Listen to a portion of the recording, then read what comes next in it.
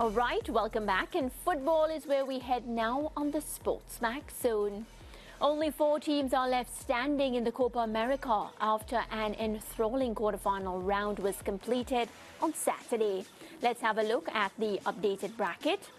So, of course, that win for Argentina against Ecuador. Then we have Argentina into the semifinals. As you can see, Canada in the semifinals, Colombia in the semifinals, and they play Uruguay. Of course, we'll see who will be meeting each other in the final after we get those semifinal matchups. Well, a huge talking point from the quarters was Brazil falling to Uruguay on penalties in their Las Vegas matchup on Saturday. Much criticism has been leveled at the Brazilians for yet another underwhelming tournament, following up on their quarterfinal exit at the 2022 World Cup. Well, I wonder if our football analysts Brent Sancho and Wanji Arango share the same sentiments as they join us this afternoon. Brent, I'll let you go first because you're a Trini just like myself. So do you share the same sentiments that, of course, Brazil, they were underwhelming? I'm quite sure Juan has some Trini in him somewhere, but I'll take that one as a Trini first. But no, yeah, there's certainly been a drop-off in the standards that we're used to from Brazil, especially when you look at the type of quality of players that came through the Brazil conveyor belt. And it has certainly been a little bit of a big drop-off. And I think when you look at the way that Brazil approaches football games, the individual talent has not been able to win them the sorts of trophies that they've won in the past. And I think that's something that needs to be looked at. It certainly is an indictment in terms of Brazil football. And the work is cut out for them because at the end of the day, other teams in South America have been vastly improving while their downfall has been happening. Yeah, Wanji Arango, good afternoon. Welcome to the SportsMax Zone. Hope you're not too upset that I let Brent go first. But No. Yeah, a really underwhelming performance by Brazil this Copa America. So much so that the coach has, he has attributed all the blame to himself. First of all, age before beauty, of course. And second of all, in terms of hope, I'm glad, first of all, that you guys, every one of you in the Caribbean is doing well. Of course, on this side, we've all been hoping and praying that everything goes out virtually unscathed, and at least I hope it continues being that way. When it comes to Brazil, it's a long time coming, folks. I mean, today's the 10th anniversary of Germany beating, why you see Lance smiling so much, 7-1 at the Mineirão in the 2014 World Cup. Since then, Brazil's been in a free fall.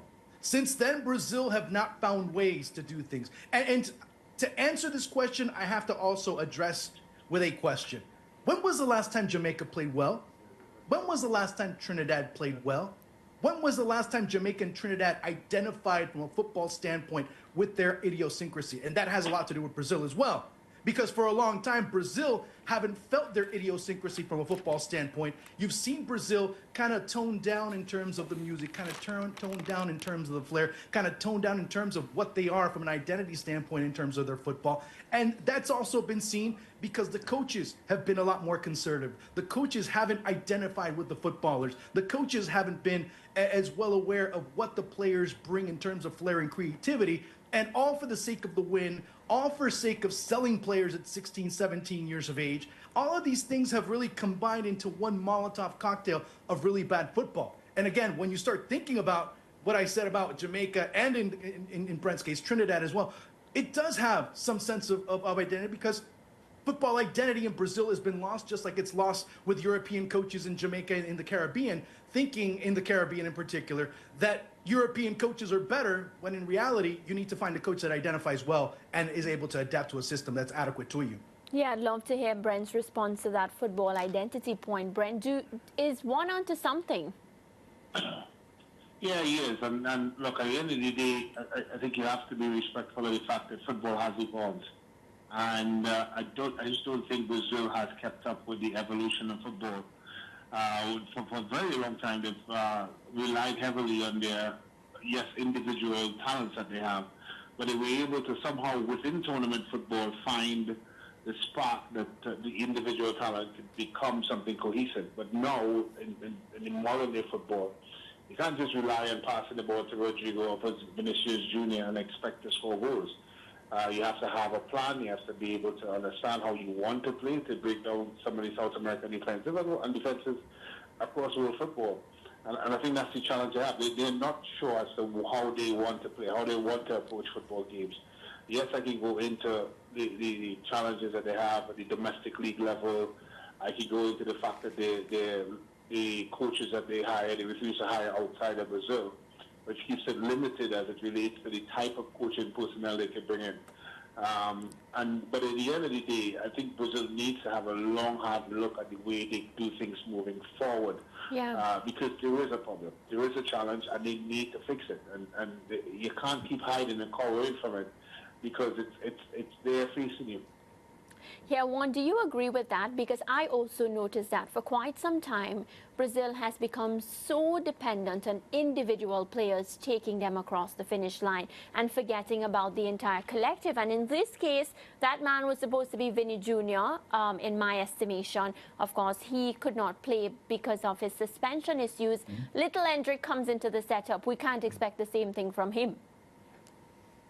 I would even go a step further because the player that they actually missed is injured, and it's Neymar. Neymar, yeah. And it's crazy to say that because many, the amount of times he's been reprimanded and challenged and hurled insults at, and yet over the past decade, he's been the player that they've gone to repeatedly. Going back again to that 7-1 defeat at the hands of Germany, if there was a player that was absent on that day, of course, remember, he broke his back in the match against Colombia in that World Cup. And when he's not there, all of a sudden, Brazil looked extremely, extremely fragile. And every time Neymar hasn't been able to show up in big games, or when he's shown up in big games, he's been the one that's carried them through. Now you don't have that. You don't even have a midfield that at times is able to, João Gomes, Andres Pereira, Bruno Guimarães, and the like aren't players that really kind of, really give you the fear of God in terms of Brazil nowadays. They really don't. And when you have to deal with those types of individualities that really don't exist, well, it makes you a little bit more calmer. Yeah, well, Juan, you had said on one of our shows a couple of weeks ago that this is the worst Brazilian team that you've seen ever. And I guess, when we see them play now, there may be people who won't argue with you on that. Can I ask you a question briefly, though? And Brent should comment on this as well, because most of Brazil's star players play in Europe now. When Brazil were the world's best, the majority of their players were still domiciled in Brazil. I thought a couple of decades ago that it was good for Brazilian football that their players were in Europe with the Barcelonas and the Real Madrids of this world and integrating into a global platform for football. But could it be that in some way, this trend is hurting Brazil's football? I'll let Brent go first. Brent? Yeah. Look, I think at the end of the day, Lance, football moves forward. What worked back in the day for Brazil is certainly not going to work now. And yes, we've had players moving out from a very early age. You have to be mindful. People like Ronaldo moved out at a very early age to go across to PSV. I think he was about 18 years old. We've seen it, and it's happened in world football. That's part and parcel. Let me stop you there, Brent. I just want to make the point, though, that I'm asking the question because of the issue of identity and the Brazilian identity of football. So it's really in that context that I'm putting the question out there. Yeah, and let me get specific. I think Brazil identity has not evolved. That is where I was headed with it. Yes. Like anything else in world football, we saw it with Germany, Lance. We saw it with Germany. They had their struggles, and they've now found a way that they can move things forward. We saw it with England. They didn't qualify for a tournament. They had to identify teams like Uruguay, teams like Colombia that we see in the COPA. They have to evolve. I just don't think when you have an FA talking about we're not hiring foreign coaches or they haven't looked to foreign coaches because they want to keep the identity through Brazilian coaches. That means you don't understand how football is evolving. It's worldwide, and you can't look at things that way. And I think Brazil have lost that identity because they are unwilling to evolve, and that is why they're in the situation they're in. I mean, you point the finger. Football is a money-making machine. If the clubs in Brazil want to produce players to sell, that is part and parcel of football business. You as an FA, you as an organization, you as a country, you have to evolve. And if you don't evolve, you'll be left behind. And I think Brazil has to understand that they're not God's gift to football. They have to find ways to evolve and keep up with the trends of modern-day football. Juan? It was interesting because it's not just Brent what he's saying. Cafu said it a couple of weeks ago. He said, well, the biggest damage to Brazilian football has been the Premier League. Okay, his words, not mine. Marcelo Bielsa mentioned it because a journalist the other day asked him, hey, do you remember when he was the coach at Newell's Old Boys? He ends up going to the final of the Libertadores and faces probably one of the best South American teams ever in Sao Paulo. I mean, you start Rogério Ceni, Cafu, just an amazing amount of players that were on that team. And he's like, football's changed. No longer does Brazil have that identity, especially with a coach like Tele Santana, Lance. I mean, he was the last coach that actually gave Brazil an identity. And that's the last time we saw those types of players really flourish. Now, Brazilian football is, especially the Brasileirão, is a league where you don't win 2 or 3 matches as a coach, you're out. There have been teams that have had 5 coaching changes in a season where winning at all costs and the commercialization of being able to win ends up being more important than anything else in terms of football. And with that, coaching has also devolved. I mean, there's a term in Brazil that they talk about coaches, they're ultrapassado. They're just outdated, they're completely not even with the times in terms of football. You still have Luis Felipe Scolari at 74 years of age looking for work as a coach. He always gets hired here and there as a new coach for a 6th or 7th time at the same team. So when you look at that, well, it's coaches that are still with the ideas of the 80s and 90s looking to still implement them in 2024.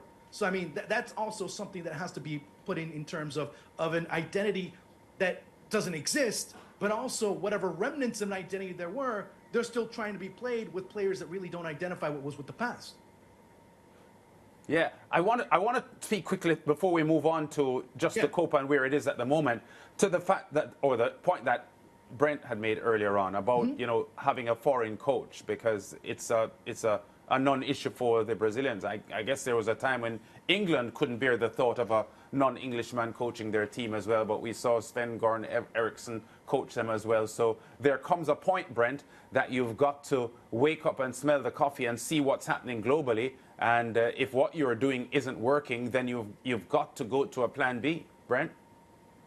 Yeah, no, listen. At the end of the day, we live in a world that is very reachable. We all know the impacts of social media. We all know the impacts of the internet. We all know the impacts of where we are from a technological standpoint.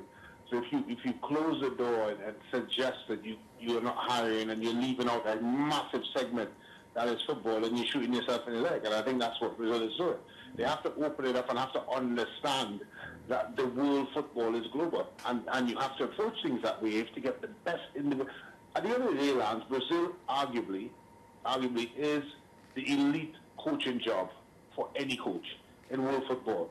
And they have to understand, Brazil that is, and the FA, that they have to look at their job search, look at what they need, look at how they evolve to someone that could bring that worldly reach. And if it means that you have to open up the situation beyond the borders of Brazil, you have to do that. And I think that's, and all I'm suggesting, I'm not saying that this is the answer for Brazil football. What I'm suggesting is there's a plethora of things that they need to do. One of them is opening up and understanding that where they are. Yeah, and we just got a couple of minutes left in this segment, but for the Copa as it now stands, and the loss to Uruguay triggered this current discussion that we're having. But I want to suggest that Uruguay is a very, very good team, and there's a part of this discussion that is almost disrespecting how well Uruguay have played in this tournament and how solid they were against the Brazilians. And are they good enough, Brent and Juan, to beat Argentina if that's how the title race will go? Brent first. Of course they are, especially when you have a little Messi that walks around the pitch. You need 11 players to play football. And Uruguay, Colombia is way ahead for me to probably win the Copa America. The days are gone for individual star boys.